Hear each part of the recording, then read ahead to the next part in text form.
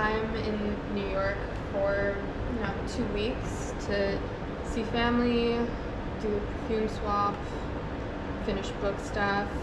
So I thought that I would record some of it. I have all of this swap stuff. I'll set up a station and you can watch me go through things, so you can do a fragrance swap one day for your own friends and fam. I pre-packed the amount of vials that I figured we would end up using up if anyone wants to do decants. I feel like most people won't, because they'll just be happy with their full-size bottles and they'll feel like they're imposing if they ask for decants. But just in case, we have these for precision. People can package their samplers in this. I've also pre-made samples from the last workshop series that I did, because I had some leftovers, so people can take some home.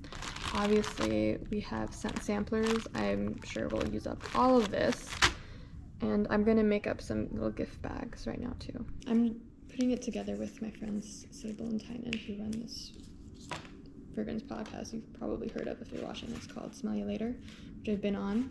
So I think the best case here is to do kind of assembly line. So I'm going to do the bags first, then I'll fill them. Okay, the bags are open. Now, hopefully these cards fit into the bags. It would be ultimately really pathetic if they didn't. They are numbered coins with authentication cards based on this project that I did earlier this year. It's part of this art series that I've done called Beauty Capital. And these coins are the first object in the series. They were initially, I designed them earlier this year as a thank you for people that do Perfume Pages workshops with me. I wanted to do a beauty object that didn't promise to make you prettier or make you younger or anything, but was still an object of beauty that talked about the transaction of the industry. Beauty is terror. We're constantly pressured to be prettier, thinner, whiter, skinnier. And then another side is beauty is also an opportunity for community, for care, for remembrance, for improvisation. And that two-sided nature, that's the entire point of the coin. So I've numbered every envelope where the coins are delivered to people in.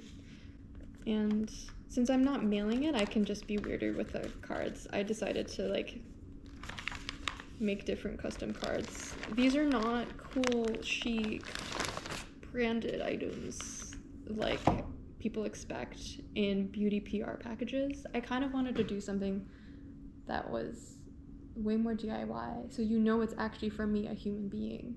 I'm not trying to girl boss every act of creation.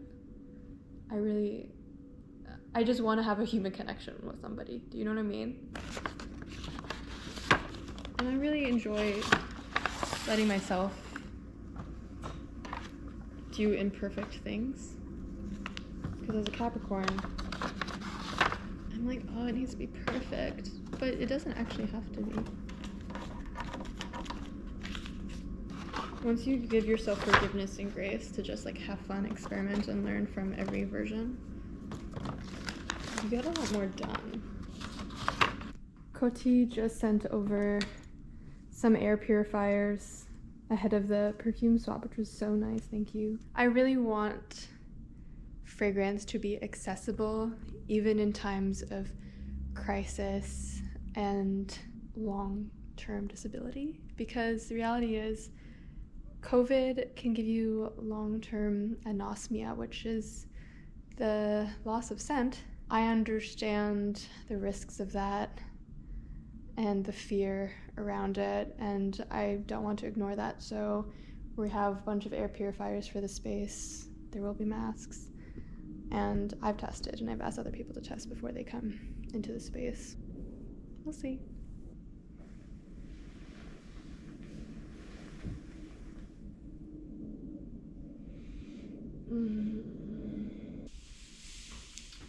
Today's perfume swap. I've already had my breakfast, which was coffee and the saddest salad you've ever seen, because I don't like eating alone. Let's see what else I do before I have to socialize. I don't think most people actually wash their face enough as like a splish splash Neutrogena situation. I want to move something. I want to feel the grains dislodge from my pores. Very boring fit check. Heat tech. Rick Owens. Pretty sure these are Uniqlo, not Issei. Slippers, because I don't wear outside shoes in the house because I am a civilized human being. Been working a couple hours now. It's around time to start getting ready for the swap.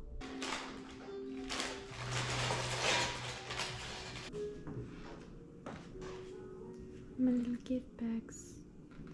Sable's bringing more. You can't see.